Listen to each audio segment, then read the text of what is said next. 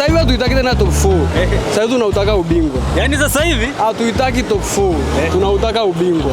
Ngwendo anakuita nani mwanangu? Mbeumo dogo ama Kunya wewe? Mbeumo mwenyewe hapa kwa mstari babangu. Mbeumo mwenyewe kabisa. Kwa mstari ni mimi sasa hao wachapa cha kwanza. Au si? Sasa ndio. Kuna wanaosema huu moto wenu moto wa kifuu utazima tu sio muda mrefu. Baba, ili lishawakia kwenye gia babangu. Tukikubali lizime, betri mbovu. Kwa hiyo hapo nilipowakia, hamna kuzima mjomba wangu, ni kuondoka hiyo. Amani hiyo gari imewakia kwenye gia. Imewakia kwenye gia, na ikiwa kwenye gia ni mbaya hiyo. Atakaye kuja ni za hapa tu. Za uso. Yaani akila chache ni 3 hizi.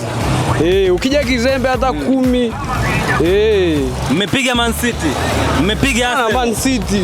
Arsenal wenyewe amekufa.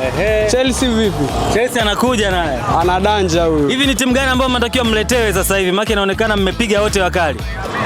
Timu ambayo tunataka aje yoyote tu anayejisikia kuja. Kula mwanakuja mbele. Sasa huyo si ashakufa nyingi sana. Huyu? Huyo namuonea huruma. Yaani kama vipi? Akitaka asiaibike asilete tu timu. Akitaka asiaibike? Asilete timu, lakini akijichanganya anakula hata 5 yule, mbona chap tu. Anakula ngapi? Hata 5 chap. Tena tumemhurumia. Kwanza wakikaa vibaya hao walioko hapo juu hao. Sio wamebaki wawili hapo, sio nani na nani hapo. Wakikaa vibaya tunawashusha. Wakikaa vibaya? Sasa hivi hatuitaki tena top 4. Sasa hivi tunautaka ubingwa. Yaani sasa hivi hatuitaki top 4. Tunautaka ubingwa. Nani wa kumshusha Man U sasa hivi?